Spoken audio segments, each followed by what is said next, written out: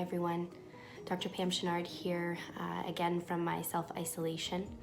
I only have a few more days of that, so I'm really looking forward to getting back out there. Some of you might know that NEOMO has an occupational health branch. As part of that today, I wanted to give you guys a little bit of information about what employers can do to help reduce the spread of COVID-19. The World Health Organization and the Public Health Agency of Canada do have some information about this and about how employers can change their workplace to help them stay open during this COVID-19 pandemic. One major issue that has definitely come up over the last week is what employers should do if they have a sick employee. I think one of the most important things for employers to do during this pandemic is to screen your employees. So what does that look like? Basically, it's the same thing that we've been doing at NEOMO, but maybe a little bit of a shortened version.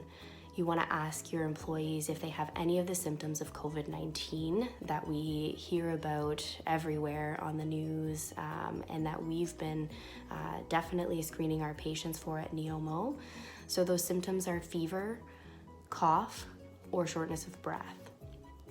If your employee is calling into you and reporting some of those symptoms, or they're at work with some of those symptoms, our advice and the advice of these agencies is for you as their employer to send them home and tell them to self-isolate until they're feeling better.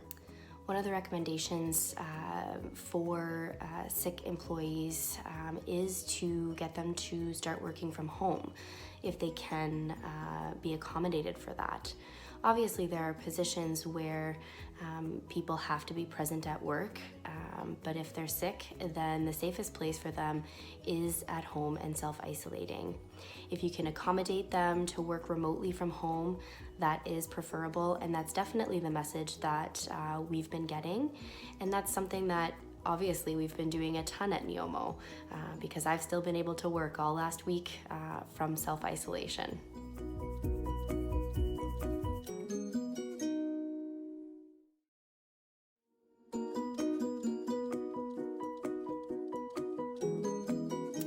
What I think is beautiful that I've seen in the last week is employers accommodating their employees to work from home for other circumstances other than illness. So as we know, schools and daycares are shut down, and I have heard from patients that their employers have let them work from home because they couldn't get any childcare. I've also had employers let their employees stay home who might be a little bit more vulnerable. Dr. McCall did a great segment on what a vulnerable patient is. You know, our aged population over 65, they're more at risk if they get exposed to COVID-19. Those with underlying lung disease or diabetes, or even those that might be taking medications that make them immunocompromised. These are all people that would really benefit from the opportunity to work from home if it can be accommodated. And I think I've seen a lot of that over the last week, and I'm really appreciative to those employers who have taken these steps. I think it's very proactive and really in the best interest of their employees. So good job, guys. Another question that I've been getting from employers is when to let their employees back to work if they've been off. So right now the Public Health Agency is saying anyone who's traveled outside of Canada self-isolate for 14 days regardless of whether they have symptoms or not. If you have someone who you've sent home or they've called in because they've had symptoms and they're self-isolating, those people can return to work once they have been symptom-free for a full 24 hours. One last thing for employers to keep in mind is that the hand hygiene, respiratory hygiene, and self-distancing principles that we've been talking about for a week now do apply in the workplace as well.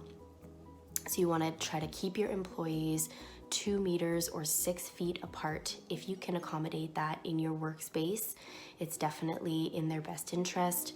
You want to make sure that you're encouraging your employees to wash their hands, have some hand sanitizer or hand washing stations readily available, and maybe even post some posters around, with information on how to wash hands properly and those sorts of things, just to really remind your workforce that they need to be taking these precautions as well. Additionally, you want to make sure that you're keeping the office space or your workplace clean by using disinfectant wipes or disinfectant products on any high-touch surfaces or commonly shared equipment such as telephones, keyboards, and office desks. And this is really important to, again, help prevent the spread of COVID-19. I really have seen so much great initiative this past week taken by employers to help reduce the spread of COVID-19 and protect their employees. Some have even realized that during this time, it's actually better just to close down operations than take the risk of spreading this. If we all work together to really try to flatten that curve, then hopefully it will be back to business as usual sooner rather than later. Keep up the good work, guys. And if you have any other questions or concerns, don't forget to reach out to us at NEOMO. You can follow us on Facebook or keep checking our webpage for daily updates. Everybody, stay healthy and safe.